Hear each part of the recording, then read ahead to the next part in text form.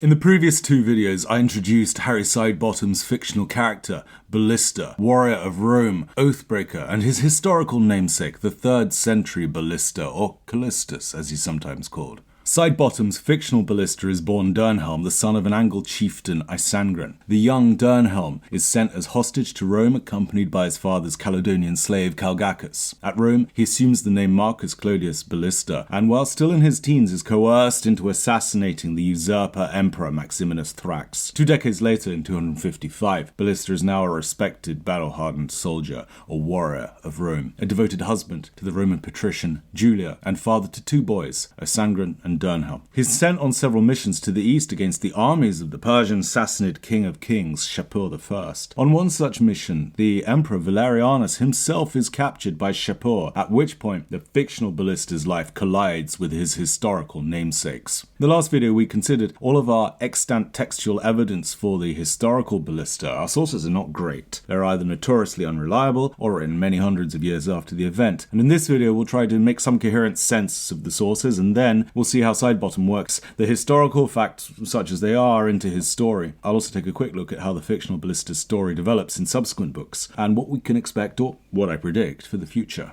Welcome to Ancient Classics. Nothing is known about the historical Ballista's origins. Certainly there's nothing to suggest that he was an Angle like his fictional namesake. The name Ballista sounds odd, and that has led many to suppose it was a nom de guerre.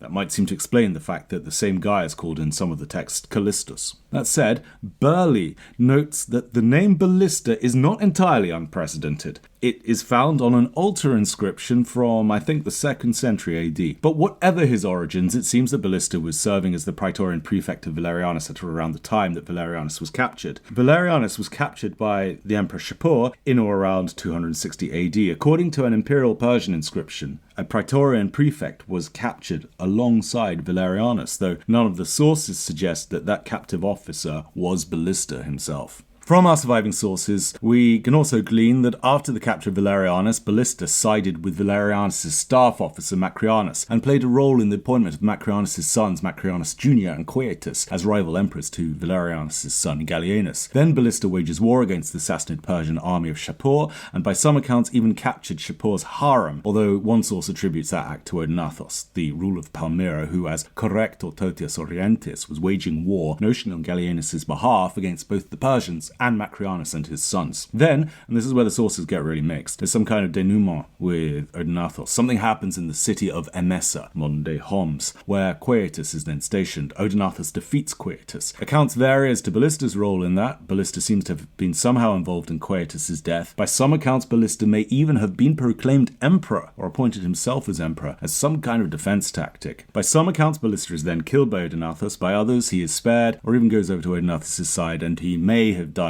years later, perhaps murdered in his tent. Sidebottom takes these sketchy, inconsistent accounts and elliptically works them into his hero's story. Okay, I hope I've encouraged some of you to read the Ballista books. If so, well, the rest of this video is just one big spoiler, so be warned. At the end of Book 2, King of Kings, a reference to Shapur, Basileon, our hero accompanies Valerianus on a march out from the city of Edessa to negotiate with Shapur. By this stage, Ballista has made an enemy of Macrianus and Quietus and suspects that they've manipulated Valerianus into going onto this doomed expedition. The negotiations take a terrible turn and Valerianus is captured along with Ballista. In the 3rd book, Lion of the Sun, the captive Ballista is given an audience with Shapur and his hostage Valerianus. Ballista swears an oath to Shapur to go on a diplomatic mission to Macrianus, who is purportedly holding the reins of state for Valerianus. Shapur tells Ballista to negotiate with Macrianus for a ransom and promises to free Valerianus on the condition that Valerianus will serve as a vassal emperor. Ballista swears an oath on his sons' lives to put the offer to Macrianus and then to return to Shapur.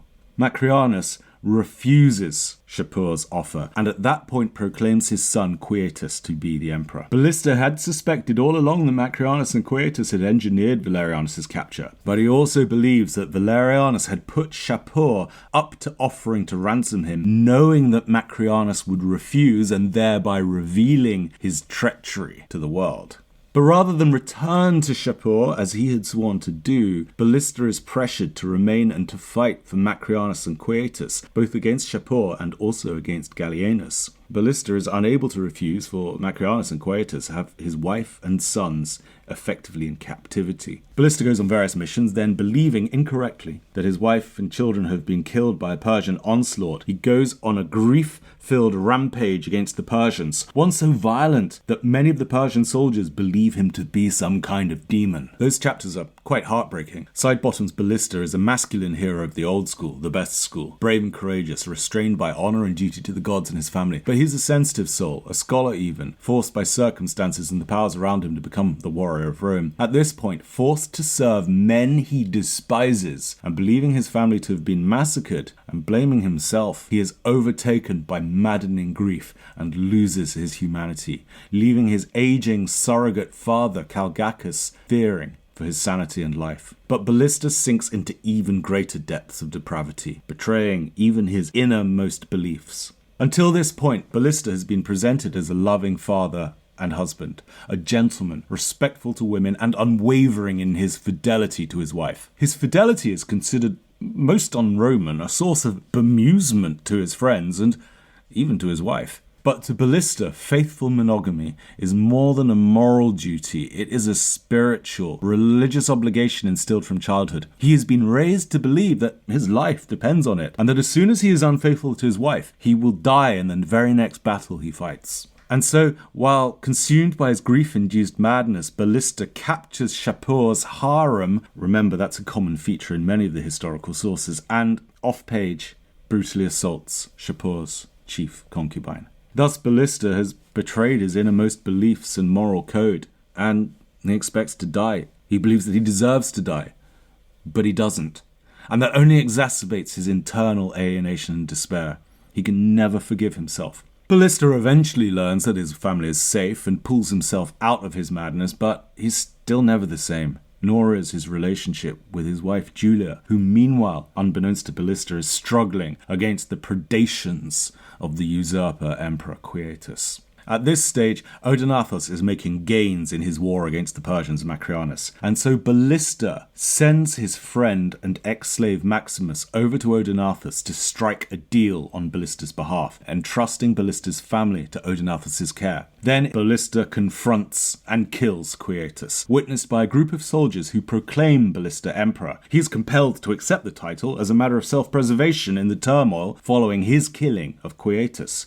But as soon as he can, Ballista makes his way to the court of Odenathus, whereat he resigns from imperial power and swears loyalty to Gallienus through Odenathus as his agent. That brings Book 3 to a close. The first 3 Ballista novels function, in my view, as a trilogy, introducing the character of the fictional Ballista, working in all the key events from the historical Ballista's life, culminating in the final chapters of The Lion of the Sun, which exhaust the historical record. But the adventures of Sidebottom's Ballista don't end there. Sidebottom has since written 6 Ballista books. Free from the historical Ballista, Sidebottom uses this as an opportunity to further explore the character of the Anglo-Roman Ballista, and playing in the process with various different genres of writing styles. The Caspian Gates takes Ballista far away to the Caucasus, to the edges and beyond the Greco-Roman world. Wolves of the North is something of a serial killer psycho-thriller. The Amber Road takes Ballista home to the Angles, against the political backdrop of Gallienus' war against another usurper, Posthumus. Then come 2 side books, The Last Hour, which I haven't read, and The Burning Road. Both are set outside the main narrative frame of the series and both explore other genres. Last Hour is apparently more of a fast-paced action thriller. All the marketing material about it is like being like the Roman version of 24, but I don't know, perhaps it's just marketing gumph. I don't trust marketing gumph, and I've not read the book. In The Burning Road, Ballista and one of his sons take a road trip across Sicily amidst a brutal slave rebellion, clearly inspired by Cormac McCarthy's The Road. The clue is in the name. The latest book, The Falling Sky, published last year, is set before the events of The Burning Road and is a welcome return to the series' main narrative arc. It returns to the war against the rival Emperor Posthumus and takes the themes of Ballista's complicated relationship with his heritage, his people, and his sons deeper still. But it's the opening trilogy, Fire in the East, King of Kings and the Lion of the Sun, which are my favourites so far, and I'd recommend anyone to start where the story begins, with the first book. Shout out also to Nick Boulton, the narrator of the earlier books on audio. I tend to consume novels through audio these days, and to me, Boulton is the definitive voice of Ballista, Calgacus and Maximus. Maybe that's just nostalgia. I just happened to listen to the first 3 audiobooks at the height of lockdown, going off on long walks throughout the empty streets of London. I don't know, it just had this kind of vibe to me.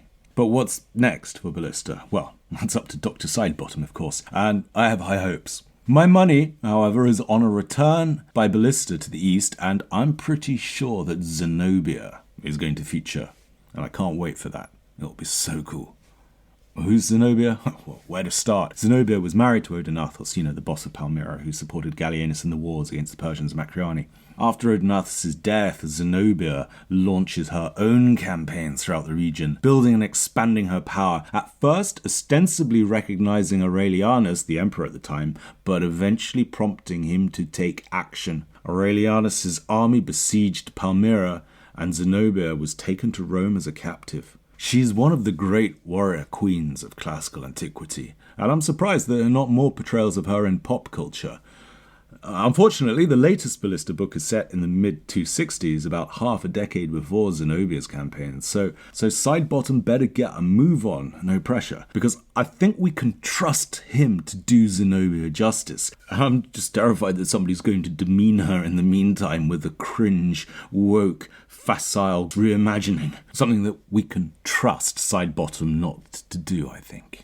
Now, Zenobia features briefly, but ominously, in the very final chapter of the 3rd book, Lion of the Sun. So let's end this video and the series on Ballista with the final passage from that book. This is where Ballista is resigning from imperial power. Ballista walked to the statue of Gallienus. Under his long nose, Gallienus' beak-like mouth seemed set in disapproval. Ballista unclasped his purple cloak and set it at the feet of the statue. Then he took off his diadem and placed the strip of white material on top of the cloak. Slowly, Ballista performed proskinesis in front of the statue. He got up and turned back to Odenathus. In a confident, strong-voiced Latin, Ballista began, "For the safety of the res publica, the soldiers demanded that I take power. Having killed the usurper, I now lay down all my power at the feet of my rightful emperor, Publius Licinius Egnatius Gallienus Augustus. I give myself to his clementia in the person of his corrector Totius Orientis, Odenathus of Palmyra." At long last, the Lion of the Sun spoke. "How slowly and painfully should I kill a man who has the arrogance to assume the trappings of imperial power?" Ballista stood where he was. "Or then again, no," Odenathus smiled. "By the Maius Imperium, over the eastern provinces entrusted in me by Gallienus Augustus, I declare Marcus Clodius Ballista innocent of any and all charges of majestas." The 2 men stepped forward and formally embraced. "Let them come out," Odenathus called over his shoulder. Isangrim, Dernhelm, his darling boys, Julia, and Maximus Calgacus, all here, all safe. "The throne of the Caesars is too high an eminence for weaklings like Quietus, or even for men like us," said the Lion of the Sun. Safe back in the arms of his familiar, Ballista agreed. And all unnoticed at the back, Zenobia scowled and whispered to Maeonius Astyanax.